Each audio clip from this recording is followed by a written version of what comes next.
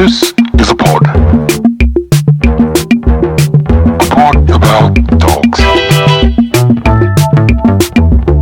Healthy dogs. It's the Healthy Dog Pod.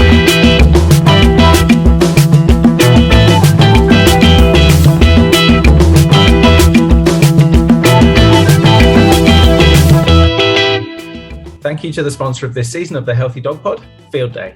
Field Day is an Australian-made and owned dog health and wellness brand that creates products to help your dog live the best and healthiest life, inside and out.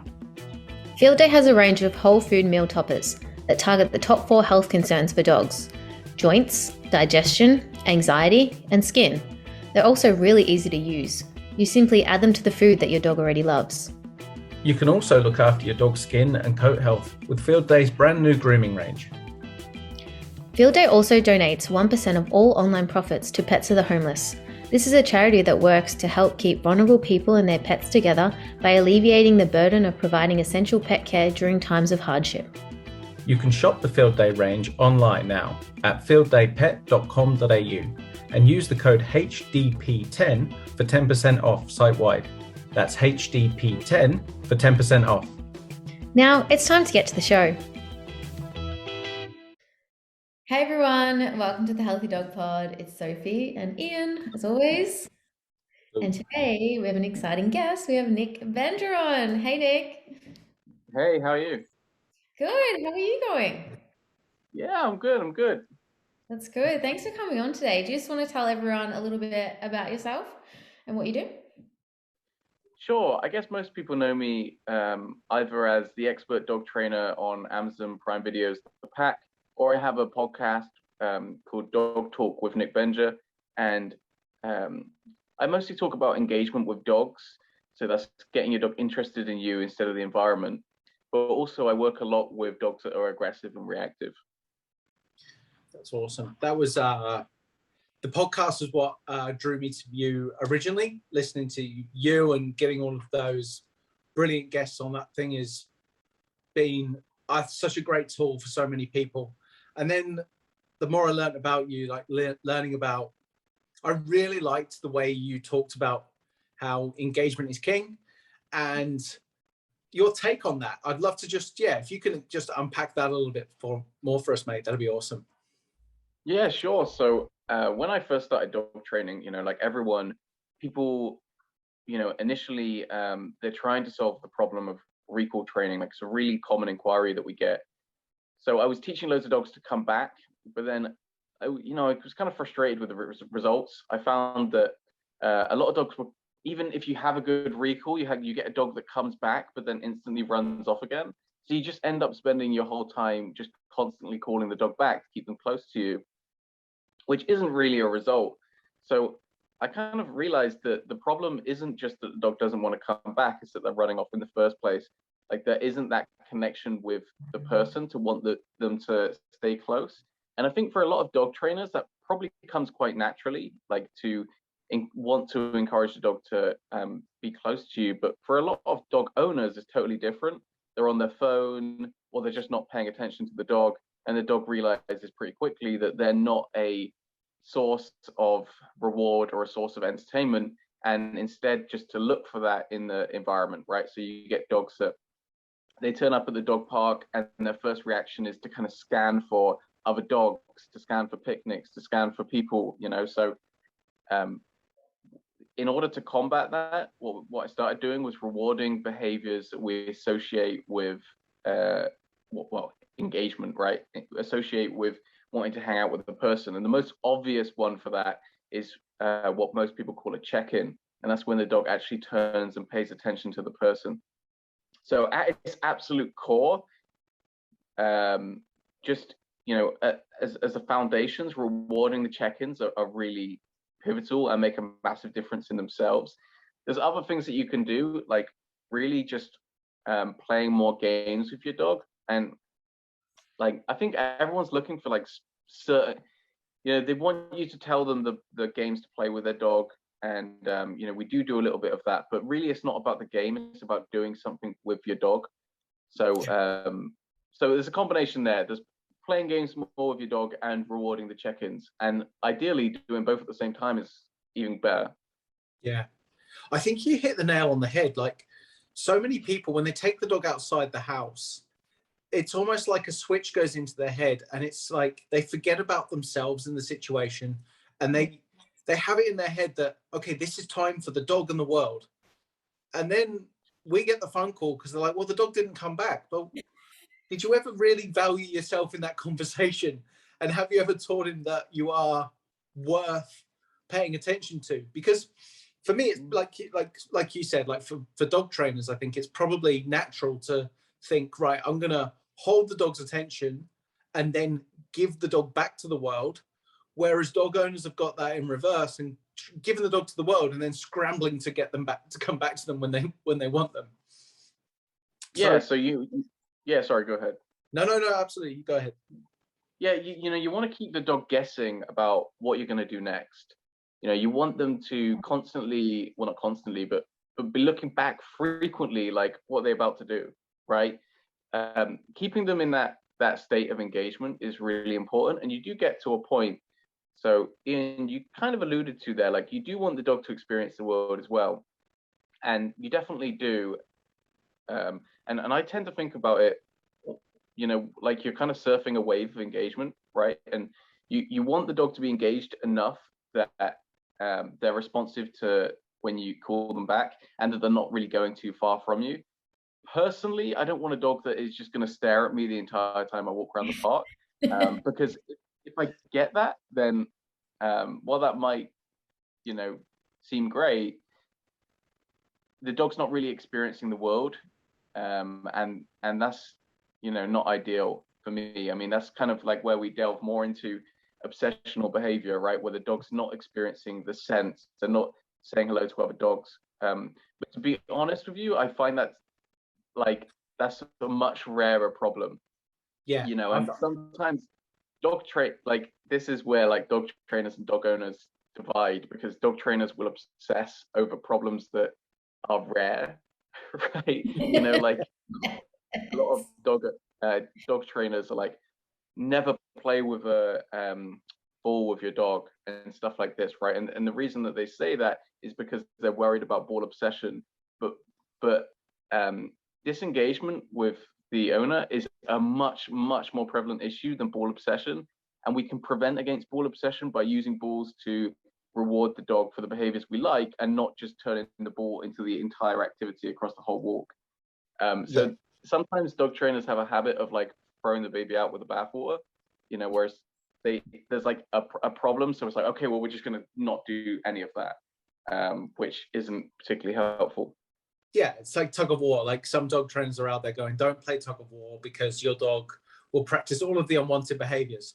It's not, I agree. It's like, practice the game in a really healthy manner, and it becomes a part of your toolkit, not something your dog is going to weaponize against you. So yeah, absolutely. I completely agree. And that's something like, yeah, really similarly, we'll teach people, especially like, well, we work with similar cases. I think the three of us here actually work all together in really similar cases. So we'll apply that logic to new dog owners, where we really want them to build a relationship because you don't know your dog yet and you want them to form that foundation. But it relates really heavily as well to our aggression work and when we're working with reactive dogs, because quite often there is that disconnect there. So how might you apply it in those circumstances, mate? Yeah, so I mean, I started off using engagement for recall primarily, but then I realized that it had knock-on benefits for the rest of the dog's life. And there's a book called The Power of Habit by Charles Duhigg, and he uses this term, keystone habits, which are like habits that you establish in your life, which have knock-on effects across your whole life, right? So if you eat better, then people that eat better tend to also exercise and blah, blah, blah, right? It just has knock-on benefits when you get one thing right. And I kind of feel like that is the case with engagement with dogs and their owners. So I started off doing the recall training, and then I realized that, okay, well, actually, this is having benefit on lead walking, and it's having a benefit on reactivity, and so on and so forth. And then that kind of took me towards reactivity stuff, and now that's pretty much all that I do outside of our classes. So to answer your question though, how does it benefit? Well, there's a whole like philosophy of overcoming reactivity training, which I realized after I kind of stumbled across that, called look at me training. And sometimes it gets abbreviated to LAM. And essentially it is what it sounds like, right? When your dog sees the trigger, so whether that's dogs to other people or whatever, you're waiting for the dog to turn to you and then you're rewarding them. And I know instantly some people are going to be like, well, my dog never turns to me. He's in full reactive aggression, right? This is where distance really matters. And this is why actually employing a professional dog trainer can be a real help, even if you know what you're doing, because what you really want is a professional trainer that can set up situations for you, right? So when I'm working with clients, let's say I'm working with a dog that's dog reactive, I'll bring a dog, I'll have the dog at a distance far enough away that your dog isn't reacting, but they are alert, they are aware that the dog's there, right? So the dog gets aware of the other dog, we wait. Sometimes it can take 30 seconds, sometimes it can take a minute. And then as soon as they turn away, we're rewarding them. And then through practice, that gets quicker and quicker and quicker. We're able to reduce the distance until you're able to walk past another dog.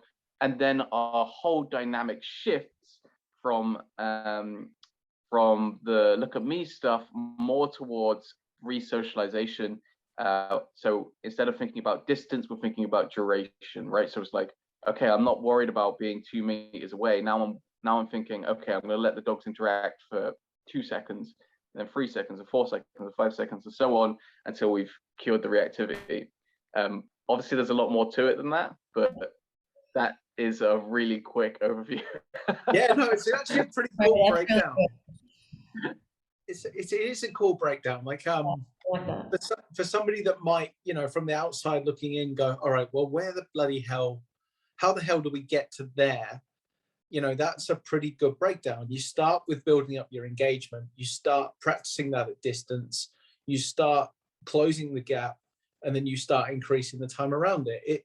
But it is not, you can't get there without that foundation work. If you don't have that relationship with your dog where they know that you're going to be there to help them out, that you're going to, you know, support them, that you're going to spend that time conditioning like positive associations and things like that, then yeah, I think we get so many calls going like in the first session, you know, from a reactive dog, let me show you him react. It's like, no, man. Like I've seen loads of dogs barking at other dogs. I don't need to see yours do that as well. I feel like people don't like think we believe them. That's why they're like, oh, can we meet at the park so I can show you? It's like, we don't want your dog to be in that stressful situation. We're actually trying to avoid that stress and, you know, gradually bring them closer. That's the one thing that I find a lot of, and Ian, same, Nick, you probably get the same, is people like, let me show you. I'm like, no, I don't want to see that happen. Yeah, I mean, and you know, like this, it like that protocol kind of changes quite a bit if we realize that the dog is reacting out of frustration. So we were kind of talking about this before we started recording. Yeah. Because the motivation behind the reactivity, maybe I wouldn't say it changes what you do, but it kind of changes the priorities a little bit, right? So the two most common reasons for reactivity are fear and frustration, at least in the dogs that I work with. So I tend to focus more on those because there are other reasons your dog could be reactive, but again, it's a much bigger minority. Yeah. So if you're working with a dog that is fearful, you know, the look at me training is probably going to be your number one priority right at the beginning. Maybe you can do some parallel walking. So parallel walking is where it is kind of what it sounds like, right? You're walking parallel to another dog, but at a distance at which your dog isn't reacting. And then over the course of the walk, you're trying to reduce that distance. So you're getting closer and closer and closer together, provided that your dog is happy with that. And that is more of like a desensitization approach. And those two things for me are huge. Those are the two main exercises that we need. There is other stuff you can do, obviously, but those really form the basis for me personally. So so with the fear stuff, the look at me training is probably your biggest thing. If you can do some parallel walking, fantastic. But you might find your dog is so reactive in the beginning that they just can't cope with that. Yeah. But it changes entirely if we're talking about a dog that is frustration reactive, right? Because and what I mean by that is your dog just wants to go and say hello, but they're so frustrated at not being able to do that that they start reacting. And oftentimes people with dogs that have frustration reactivity find themselves in this catch-22 of the dog is reacting, therefore they can't interact with dogs. But because they can't interact with dogs, the dog is even more worked up because they're not kind of fulfilling that social need that they have. So in some cases, when the dog is really frustrated, the main priority really is just getting them to be socializing again. Because if you do that, oftentimes it reduces reactivity a lot because that dog, that's been fulfilled in the dog. And then the whole look at me stuff becomes like a million times easier because you've fulfilled that need. And therefore, the parallel walking could be the most important thing in the beginning. Or even with some dogs, even literally just going up to other dogs. But really, again, that's why you need a dog trainer, because they're going to need to bring dogs that you can do that with. Because when you go to the park and your dog is screaming and shouting, no one wants your dog anywhere near them. Yeah, fair enough. Yeah, I've had a couple of these cases myself recently, and what we're seeing is because we live in quite a dense city, Nick, and it's we're seeing a lot of leash reactivity, and that tends to be that frustration one where the dog is reactive on leash, but actually relatively social off leash. But quite often this is where for me it all ties together, right? So quite often the owner in this situation is taking the dog to the park and treating them like a bow and arrow, just firing them off, because their whole intention for that dog is to go and see other dogs. So they are encouraging the dog to, from a distance, like get to the park, snap the lead off, run off, go and see dogs. And that seems to be what the dog's practiced at the sight of dogs. Then when they're walking down the street, the dog goes to practice the same behavior and gets restrained and is all of a sudden in a really heightened state of arousal, starts barking and lunging, and we get a phone call. They're really concerned that their dog is super aggressive. And at this point, they've potentially stopped taking him to the park because they're worried about what he might do to other dogs. So Yeah, exactly. In a situation like that, you know, we'll go in and assess it. Like, the last thing we want to do is tell anybody to let the dog off lead if it's going to go ruining other dogs' days. But if we think it's frustration and we think it's going to be social, and after we've tested that a little bit, we go, do you know what? I'm going to give you a plan where it's not all about dog training. I want you 2 or 3 days a week to just alleviate your dog's stress, take him off the lead, let him play with dogs, do some engagement training while he's off the lead. You know, start off the walk with your engagement and working with him and giving him social cues to, yes, you can go off and see that dog. But when you're working with him on lead, we're not aiming for other dogs yet. So this is not a walk anymore. This is a training session where you're building your engagement skills on lead, so that we're setting the foundation so that in the future, yeah, you can go for a leash walk, you can have your cake and eat it, but you've actually built up all of those skills you need to be able to get your dog in a position where he's responsive to you, but also not just such a pent-up ball of emotion because he hasn't been able to say hello to a dog for a few weeks. Yeah, this is the nuance of each case here, and it's like, that's why you take each one and you maybe slightly adjust to what your plan is, because oftentimes the frustration reactive dogs I've seen, like, people have had that thought where they're like, oh wow, like, is my dog aggressive towards other dogs? And they haven't let their dog greet another dog for like 8 months, and then it's just really built up to the point of ridiculousness, and the priority for those dogs is just getting them around dogs again.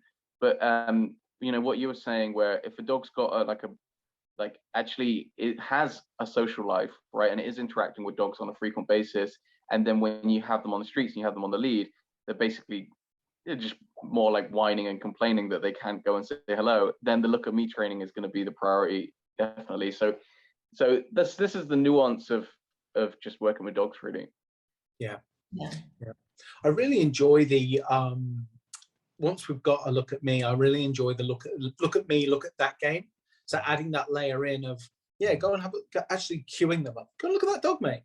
And they go, and then they check back in with you. I really enjoy just that level of engagement with the client gets, just being able to, because so often the client is communicating to us their concern is effectively their perception of like their lack of control of the situation.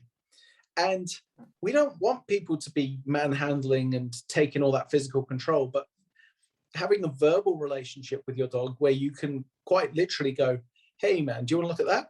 Good, that's great, well done. Do you want to look back at me? Just being able to have a really strong connection through solid communication skills with your dogs. Like even before I started looking into dog training, when I heard about recall, for me, it didn't have much to do with, or it wasn't just solely about come back to me. This was before any formal study whatsoever. I broke recall down into 5 sections, and now I'm going to struggle to remember them. There was, but I broke it into something like as simple as come here, stay there, okay, go. There was like a cue, like station training, like go to bed. I can't remember what the other one was. You're telling me about these. You've written it down before. Yeah, I plugged it into our puppy school. Yeah. But that was before any formal study. It felt like common sense to me. And yet when so many people are talking about recall, they just want the dog to just come back quickly, and then they snatch the dog. They don't really have any element of that control over the situation. Yeah, that's why I've been so passionate about this, Ian, because I feel like as dog trainers, we spend so much time doing recall training and so little time talking about engagement. And that's so backwards, because if you have a dog that's engaged with you on a walk, that will solve so many problems. Like it's that keystone habit thing again, where it's like, if you just have that makes a huge difference. And oftentimes when we're working with clients, we really do have to prioritize the things that are going to make the biggest difference. So it was just like, it's a point of frustration for me that it's not spoken about enough. But as you were talking then, there are a few like parallels in what we're talking about, which we didn't, or I at least didn't really explain. So there's the automatic check-in, which is really what we're talking about with the reactivity, but does apply to recall as well, or just generally having a well-behaved dog. And what I mean by that is you're teaching the dog that the distraction is the cue to pay attention to you, right? So if you see another dog, that is the cue to pay attention to us, right? And again, that is where we're waiting for the dog to turn to us, then we're rewarding them, right? What a lot of owners do is the dog sees another dog and then they go, look at me, focus. Yeah. And unfortunately, you're robbing the dog of the opportunity to learn that the distraction is the cue to pay attention to you. And that is so magical. That is like such a change. When you go to the park and the distractions are actually signals to the dog to pay attention to you, like that is a total game changer. And then the other thing you said about the look at that, I use the words go play, which I think you kind of said as well. So for example, like when this is a bit more established, this might be a typical scenario. The dog sees another dog, they look back at me, then I say, okay, go play, right? And then they run over and play, right? So the reward for looking back was the permission to go and play with the other dog, right? So, you know, that's really, yeah, that makes a huge difference. I think the easiest, what's the word I'm looking for? Like crossover into like human world. Okay, so I remember as a kid going into a shop with my parents, and if I saw sweets or something I liked, my parents did a fantastic job, and they'll probably tell you otherwise. But I remember having really good, what we consider manners, and going, Mum, can I have that? But what they did was essentially what we're talking about. I never just, well, I did probably, but like, it wasn't, what they were trying to get was not for me to not just rush up to the sweets and take them. Yeah. And sometimes mum would go, not today, mate, sorry. But she would say it in a manner like, yeah, we can do that later. And it was engaging. And like, I'm sure, like, again, I'm going to tell you that I was an angel child and I never threw a tantrum. But like, but sometimes she'd go, yeah, you can take one, or what, you can go and take two. But what she's doing is exactly what we're talking about, is asking for that. I hate using the term manners, but that's essentially what it is. Like, hey, can I go and do such a thing? And what that does for the dog owner, it gives them, in these situations that are often so busy and so like can be so overwhelming for the dog owner, it gives them a breath and go, do you know what? Yeah, you can. Or no, actually, that dog over there is a bit of a goose. I probably shouldn't let you go off the lead right now. It puts them in a position of being able to take responsibility for their dog's behavior. That's a really, really nice analogy. And I really like that. And also, dogs don't understand that that dog over there is wearing a muzzle and has a massive sign on them saying "stay away." Right? Like the dogs don't understand that. That's why we need to have the control to be able to say, "Okay, not that dog." Right? You know, that's why it's important. It is, and you know, even just on a baseline level, we know, and as professionals, so many of us know that we shouldn't just be letting dogs rush up to others in their face anyway. It's going to cause so many weird, awkward social situations. And so having that as a baseline skill of going, your dog indicating to you, hey, Dad, there's a dog over there. You've got it. I feel like for this to become achievable across the board, people need to be aware that it's actually normal to not approach every single dog, and having that check-in as an alternative, because that means you get to go yes or no, and that covers your ass. It covers your ass so much. I know my dogs will not appreciate another dog just coming up to them on the footpath. Like it's rude and confrontational. So again, it's setting them up for success. And at the end of the day, we're then taking responsibility for the social interactions that our dogs have, by not throwing them in the deep end and asking them to, yeah, see how it goes, mate. Like, you get to go and say hello to everyone. You'll win some, you lose some. We go, yeah, that one's a goose. Let's not go near him. And sure, you might not. Well, you won't interact with every single dog, but that's normal. I don't interact with every single person I see. I'd be really bloody weird if I did. Yeah, you're right. You know, we have kind of normalized, like, you know, this behavior of just running up to every dog, and really it's not very natural even for dogs. You know, like, you know, when you see the stray dogs, they're not like sprinting up to every dog like trying to play with them, right? It's much more like people. It's just like, you know, just crossing paths. Sure, they might form a relationship with another dog and then want to play with them, but they're not just like sprinting up to random dogs and like going full tilt. But we've kind of normalized that. We have. And like, most dogs that they come across are strangers and acquaintances.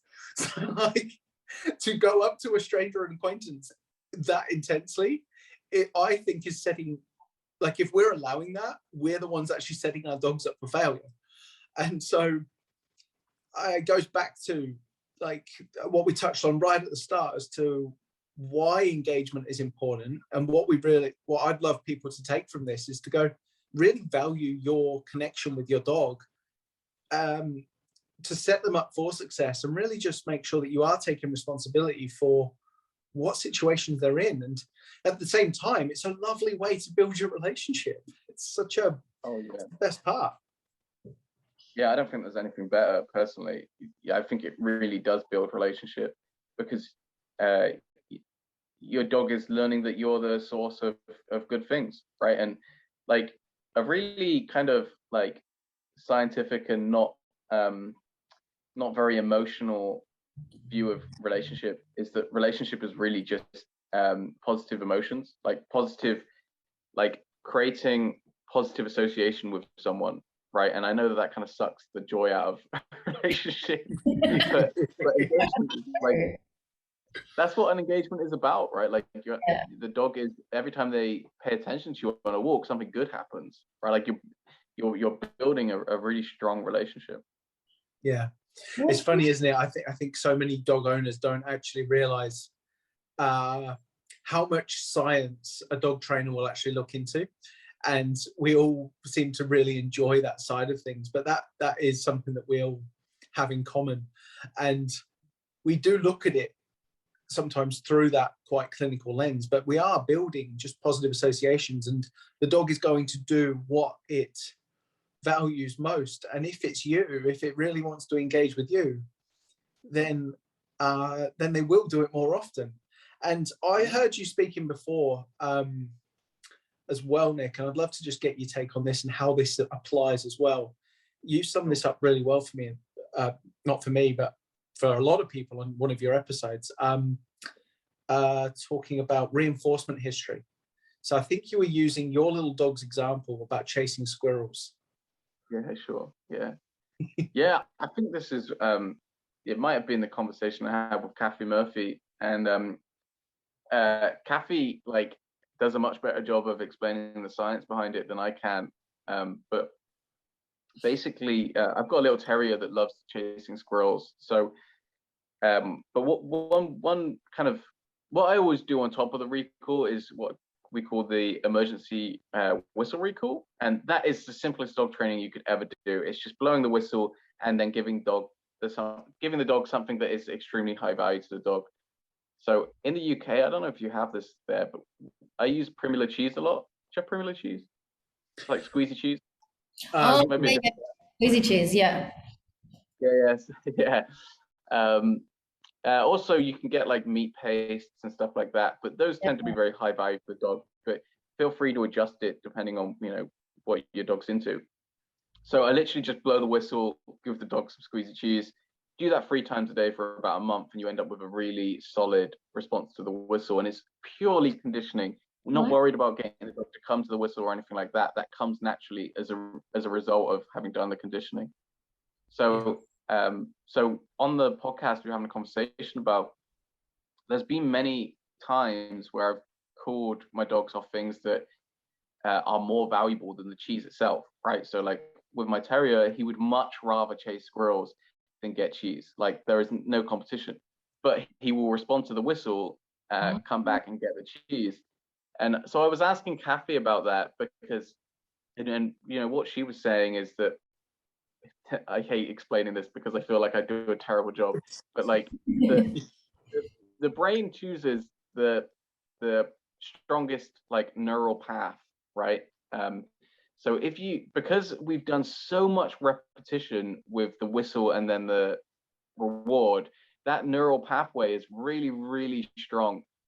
And so when you get those two stimuli happen at the same time, oftentimes you'll get the dog will do the recall because you built such a strong pathway and such a strong association with the dog that even though there's more of the reward, a more rewarding thing there, you still get the recall. And I've done that time and time again. We've recalled dogs off of sheep with the emergency whistle.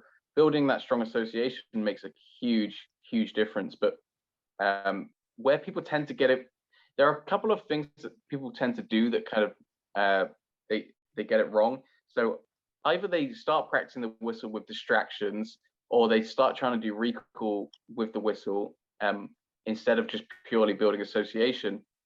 Or sometimes people get to the point a couple of weeks in where the whistle becomes so effective, they just start whistling all the time. And the problem is that because the whistle works on association, the more opportunity that you present for the dog to hear the whistle and not come back, especially in the early stages, the more opportunity you are introducing for that association to start to break down. And the reason it's so effective is because you're getting whistle, reward, whistle, reward, whistle, reward. And so it's absolutely like crucial that you maintain that kind of one-to-one response. So with the emergency whistle, are you you don't use it, say you haven't done it in a few months or whatever, and then you use it, do you find that the dog will come back to it, or are you kind of like training it every so often as well, just to make sure it's still valuable? Yeah, I don't know what the science is behind that, but I think that if you don't use it for a long time, it does weaken, in my experience. So usually what I suggest to people is they do it 3 times a day when they're training it for about the first month. And then you just do it a couple of times a week, just whistle reward, just to maintain that association. If you have a dog that really loves their dinner, then you can do it with that as well. So you can blow the whistle, then give the dog dinner. But if you have a dog that's picky about their food, then I wouldn't do that. Yeah, it's got to be a really, really, like you said, that reward has to be really high value. Because what we're competing with in your example, for example, is a dog whose genetic history says chase that squirrel. And that is a really deep rooted driver for that dog to be alive.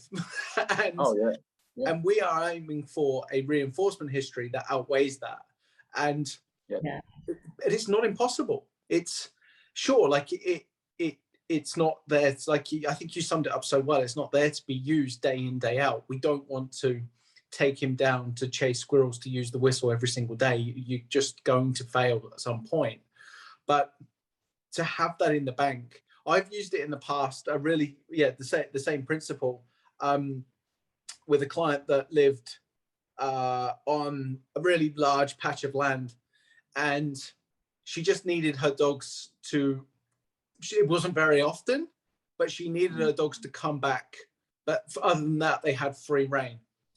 And so we just hung a whistle by the back door, and for that month, it was 3 times a day, blow the whistle while the dogs are there, treats, blow the whistle, treats. After a while, we got to a point where she could just walk outside, boop, and these dogs would come from everywhere.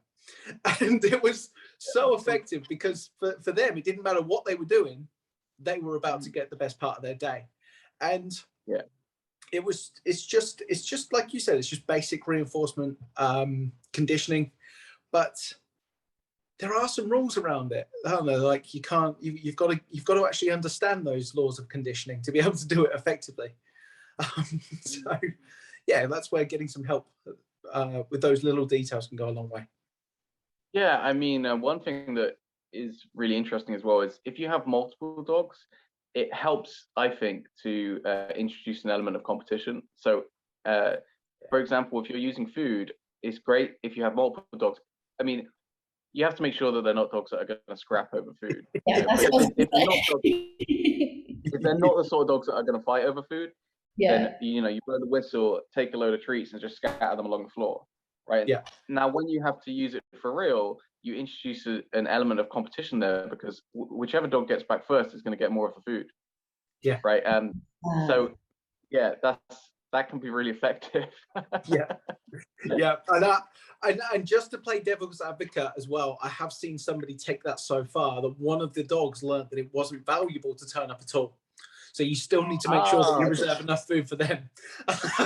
You just like I've never had that happen before, but I guess that could happen. Yeah, I've never had that happen before, but I could see where that could happen. Yeah, if you had a really fast dog and a really slow dog.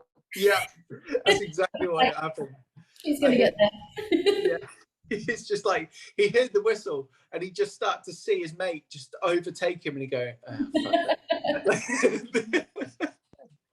And one thing with this as well is like I don't want to paint it as like a miracle cure because you were talking about like genetics of like a terrier, for example, and with the different breed types, one thing that's worth thinking about is whether those breeds' hunting patterns have been bred to be interrupted, right? So, for example, with a spaniel, if you're working a spaniel, you need to be able to interrupt them when they're hunting, right? Because maybe you're going to shoot the bird or whatever, right? So that ability to be interrupted has been established in their genetics.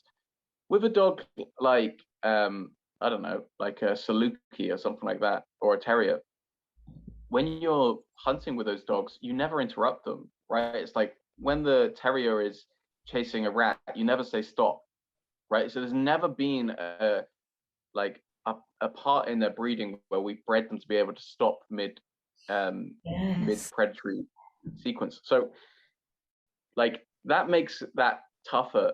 But I do think the emergency whistle is the best shot we have. So yeah, try and get that right from the beginning. The other thing that is really frustrating as a dog trainer is when people call you up and they're like, oh yeah, I've been letting my dog hunt in the woods for like 3 or 4 months now. Now it's starting to become a problem. And it's like, it's going back to that like neuroscience perspective. It's like you've let that habit become so established in the dog by just taking them to the woods and letting them hunt for months on end, that you've made your path towards engagement so much harder. Yeah, so much harder. So if I was to take on like a pointer or something like that now from a young age, I would be trying to prevent that urge from developing more than it has to. It's going to develop anyway because that's what the dog's bred to do. But I'm not going to take them to the woods and let them hunt for hours. Right? Yeah. Instead, I'm going to be working on the opposite. I'm going to be working on engagement from a young age, so that I have, a fighting chance against that.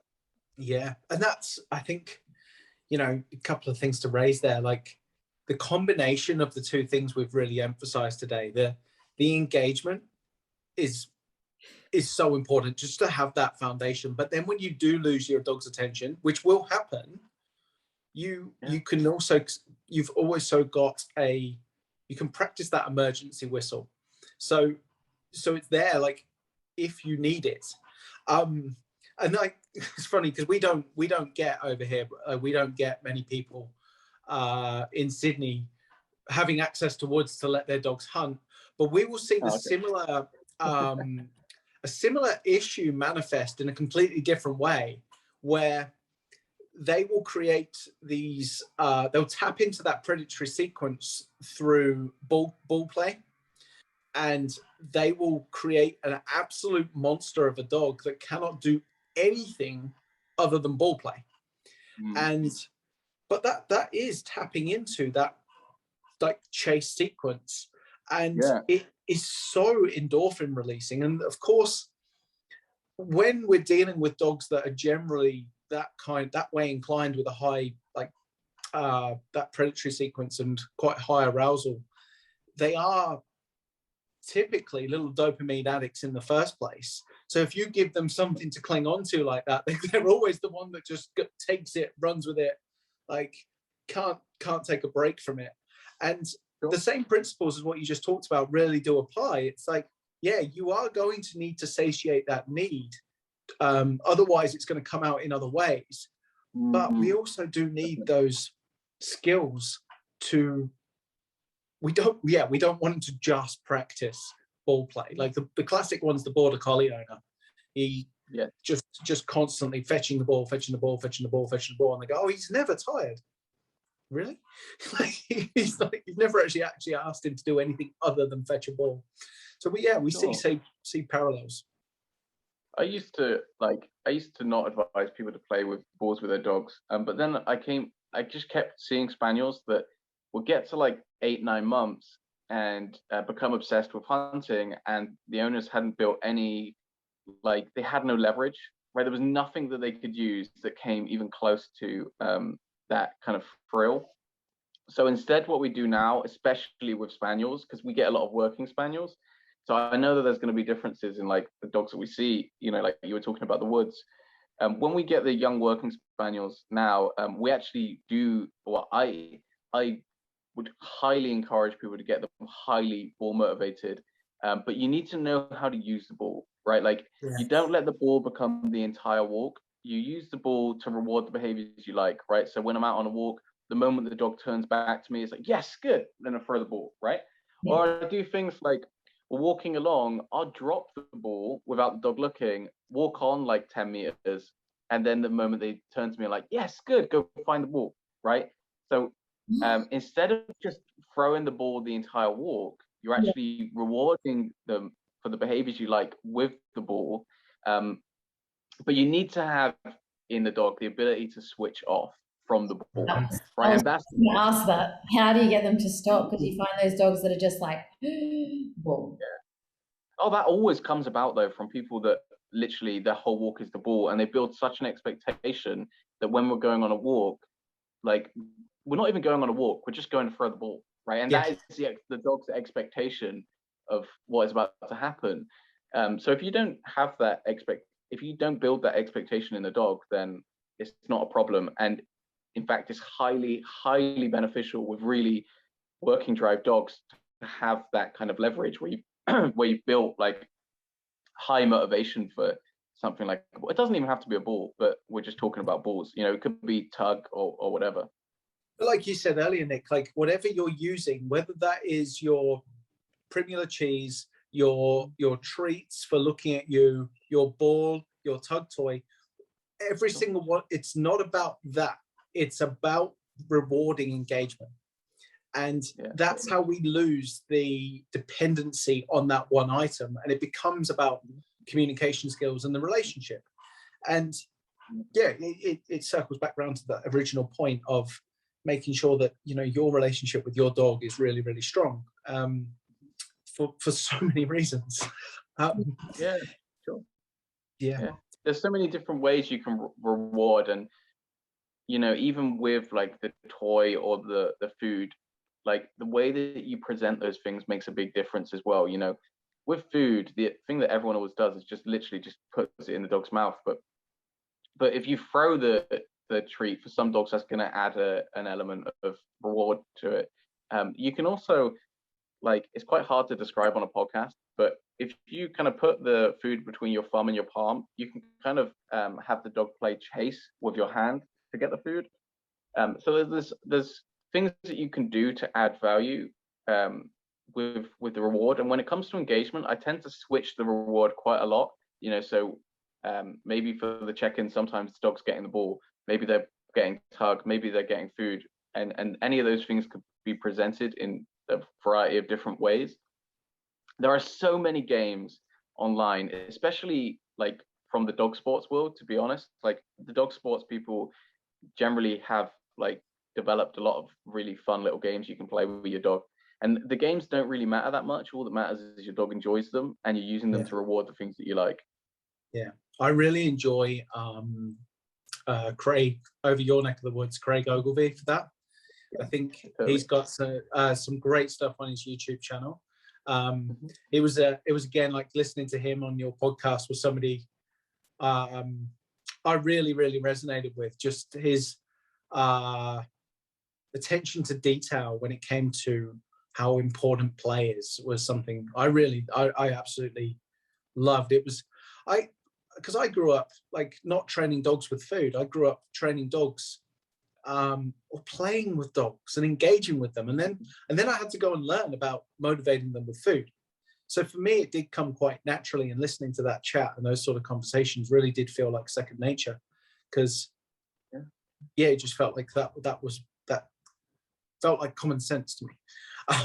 but yeah, it's frustrating sometimes. Like I work with dog owners sometimes that have such a negative view of training. Like they think that it is like, they treat it like it's a chore, right? Like, oh, you know, like, oh, how long am I gonna have to do this for? You know, like the mindset is totally wrong. And I think that that's one of the things that dog training has historically gotten wrong, is we haven't really like been able to communicate that to dog owners well enough, that like training should really just be, like you said, Ian, just playing with your dog.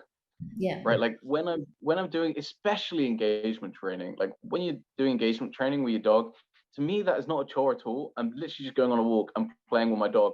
I'm just playing strategically. That's all it is. Right. Like instead of just playing like with no contingency whatsoever, like I'm playing with the dog the moment they turn to me. Right. It's just, but your dog is too. This is what gets me. Like your dog is playing strategically too. Both of you are trying to win the game, whether you like it or not. But some people just seem to give that up way too easily. Yeah, no, it's no great chore to me to to do the engagement training with a dog, honestly, just playing with them, really, but just playing at the right moments. Yeah, that's funny, like, Ian, because like a lot of people say that, I can't remember the phrase for it now. Someone probably came up with it, but it's like, the dog probably thinks they're training you. It's like every time I look back at this guy, I get a treat or I get a game or whatever. Yeah. And that I think that's actually really important to kind of acknowledge. Like, we want to empower our dogs. Like, we want to empower any learner to feel that way, so that they're enjoying the activity that they're taking part in. Because if your dog believes he's training you, there is not a single thing on this earth that doesn't love winning. So if your dog is convinced that this is working out just the way I want it, and it happens to be convenient for you too, then there are no losers. Yeah, and we're always told, like traditionally there was always this adversarial relationship with their dog, where it's like, you can't let them win, you can't let them think that they're controlling you, blah, blah, blah. And actually, I think more modern dog training is all about just having a mutual relationship, like a mutually beneficial relationship, right? And if the dog you want the dog to think that the stuff that you want them to do is the most profitable thing for them to do, right? Like, you want them, and almost you want them to think that it's their idea. Yeah, definitely. Whereas, like, if I turn back to this, if I see a dog and then I turn back to this guy, he's going to give me the stuff that I want, right? It's just, you want them to do it because they want to do it, right? Yeah, absolutely. Like, not because you forced them to do it. Exactly. Yeah. Like, nobody put yourself in their shoes. How would you like to learn? Would you like to be motivated and felt like you were succeeding in everything you did? Or would you want to consistently feel like you're being coerced into it? It's a no-brainer. Mate, Nick, this has been so much fun. Thank you. Thank you. It's nice to talk to people that get it. I appreciate that. Yeah, likewise, mate. We covered so many different things, and I actually think today has been really nice to actually just get into that talk about dog training and like different aspects of it, what we're using for success, and why some of these things work as well. And hopefully people are really going to take a lot from today. So really appreciate your time today, mate. Thank you. Yeah, that would be awesome. Awesome, mate. Well, we'll love to speak to you soon, and we'll see you all we'll see you all next time.